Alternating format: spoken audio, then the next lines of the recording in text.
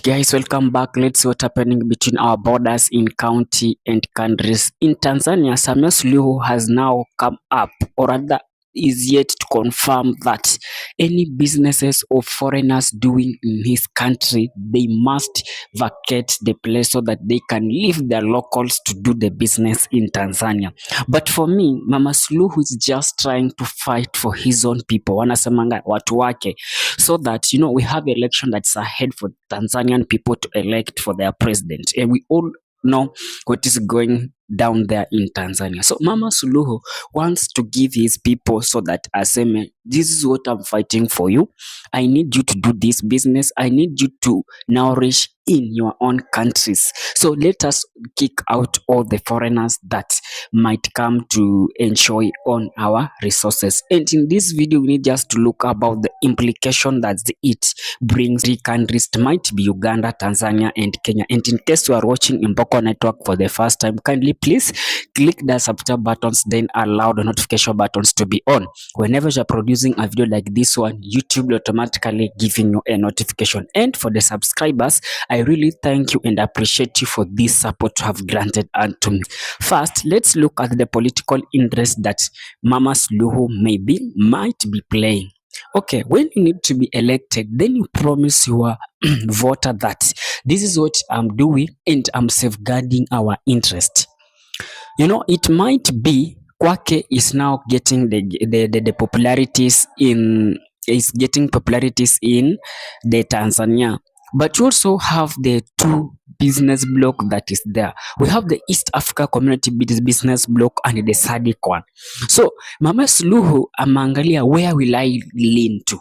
Where lean so that I can do business with them and my country can get nourished. When you look at the GDP of these countries, I think Mama Suluhu is now leaning to work with SADC, no, rather than to work with East Africa Community.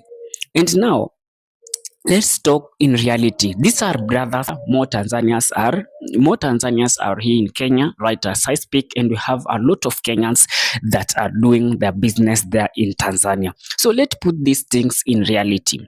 Assume that now the mamas, government of Kenya have tried through its diplomacy, at least to try how they will arrive at the agreement with the government of Tanzania. But from the look of things, these things will backfire. The government of Kenya, let it accept, okay, hautaki watu wetu wafanya biashara nchi yako, let's accept. It's something politically, but let's accept. But now the same thing, let it be applied to the people that from Tanzania that are in Kenya. Not that we are banning those who are in Uganda, or banning those who are from South Sudan, or banning those who are in from Ethiopia. You accept them, but you say, okay, now from your diplomacy, it does not allow you to do A, B, C, D in this Kenya. And I have been here in Nairobi, but I have tried to walk in these kinyozis. I have tried to work with people selling njugus. All of them are Tanzanians. But now even in their security sectors wameanza kuingia. I've been there. Most of Tanzanians are employed here in Kenya. But through that brotherhood, or rather the country ties that is there, Kenyan government finds comfortable even to work with the people from other countries. And they're trying to grow the economy of Tanzania. Let me say, like, you are working here in Kenya, but you ulibarikiwa kupata a job that just give you around even 20,000. When you take 20,000, then you go back to Tanzania. That's a lot of money. You are growing that country. But now, through the greed of this Mama Suluhu, anasema now, I don't want to work with. Tunasema, you may have people that have this, you may have people to work to the business that huyu jamaa anafanya, but they don't have idea on how this business can run. They don't have idea on how this business can be. So it's better that they wakuje at agreement waseme, okay, now let's do it 50-50. The government of Kenya may come and say the same treatment that you are giving to our people, let's now apply equally to us. Waache mambo ya kukimbiana huku na huku, then the country will be there. I don't know how these things will unfold, but I'll be keenly keeping an eye on them. it's a very serious development in business sectors, kwa sababu when you look at the businesses that wanasema foreigners cannot take charge in them, there are businesses that really, that's most of the people do. Saloonist, easy, MPESA running, you are running your shop, running your small mini supermarkets. These are the business that people run.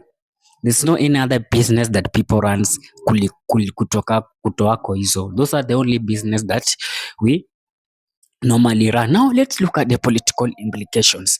Mama Suluhu came in power through the death of President John Pombe Magufuli, and we need to understand that this is the first election that is now facing to be elected. And we understand that in that country, as we speak, Tundu Lissu, who is the opposition and now dealing with a case in court, the case ni ya jinai.